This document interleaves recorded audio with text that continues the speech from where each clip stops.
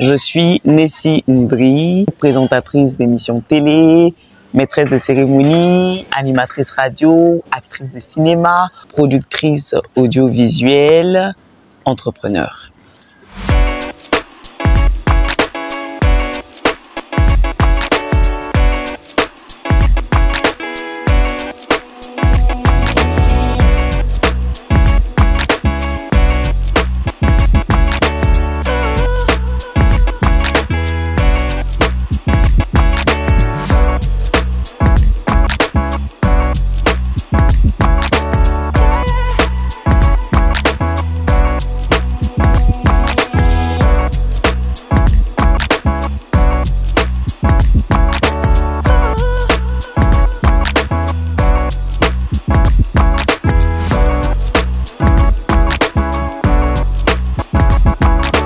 Honnêtement, ça s'est dessiné tout seul. Ça s'est dessiné tout seul. Moi, dans mes plans, je suis sortie ingénieur en gestion des ressources humaines. J'ai étudié la gestion des ressources humaines. Donc, dans mes calculs, je travaille dans le secteur, je finis DRH. C'était ça le plan. J'ai jamais planifié de travailler dans les médias, ça m'est tombé dessus. Parce qu'il y a une période de ma vie où j'étais au chômage. Je n'avais pas d'activité. Et je parlais très bien anglais. Donc pour ne pas rester à ne rien faire, j'ai commencé à donner des cours d'anglais, j'ai commencé à former les enfants en anglais. Et ça a donné lieu à la création d'une ONG qui fait la promotion de l'anglais. Donc moi, je fais les activités de l'ONG, mais à côté, j'espère travailler après dans le secteur de la gestion des ressources humaines. Donc avant de trouver le travail dans mon domaine d'activité, je faisais tout ce qui me tombait sur la main. En tant que femme, on entreprend, on vend tout ce qui nous tombe dessus, on fait un peu de commerce, on fait un peu de ceci, on fait un peu de cela. Donc c'est là que naît le côté entrepreneuriat. Bon, tu te dis pas forcément que tu vas faire carrière dedans, tu te dis je fais ça pour pouvoir avoir un peu d'argent pour ses petits besoins. Et apprendre l'anglais, je le faisais de façon bénévole. Donc j'ai décidé avec ma sœur d'organiser un concours de génie en herbe inter-école pour que les enfants puissent s'exercer à l'anglais. Et c'est comme ça que la télé me contacte pour me proposer de présenter, de co-animer une émission en anglais. Mais quand je commence à la télé, de plus en plus je suis appréciée. Les gens apprécient mon sourire, les gens apprécient mon naturel.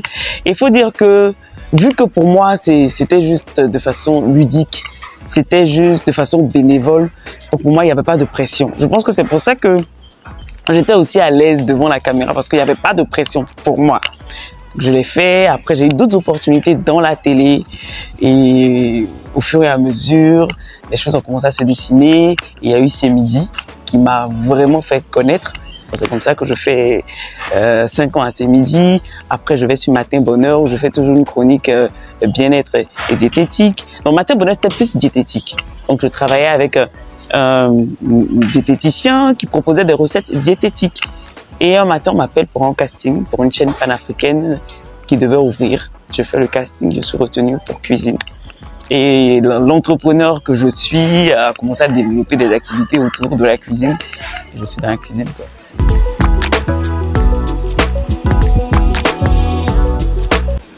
On va dire éloquente.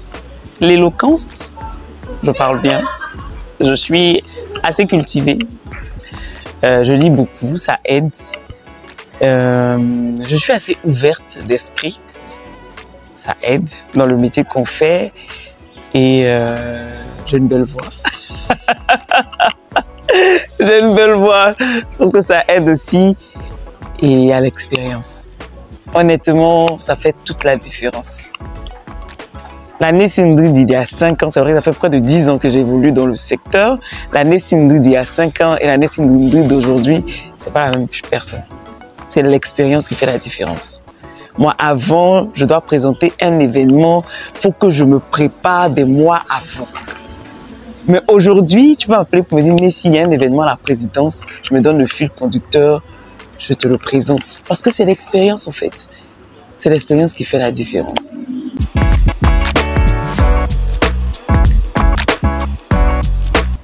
Formons-nous. Il n'y a rien de tel. Quand tu es formé, ça te donne confiance en toi. Et puis quand tu es formé et que tu pratiques, les deux, ça va ensemble. par exemple, tu veux t'exprimer, tu ne sauras pas si tu ne lis pas, si tu n'es pas cultivé, parce que tu ne sais pas ce que tu vas dire là-bas. Mais quand tu ne sais pas, quand tu n'es pas formé, quand tu n'es pas informé, tu te tais en fait. Et comment dire, tu te mets en retrait. Voilà, tu te mets en retrait toute seule. Donc, il faut se former, il faut pratiquer aussi. Ça ne sert à rien de se former pour garder pour soi. Il faut se former, il faut pratiquer ce qu'on apprend. Et puis, ça va nous donner, ça va nous booster.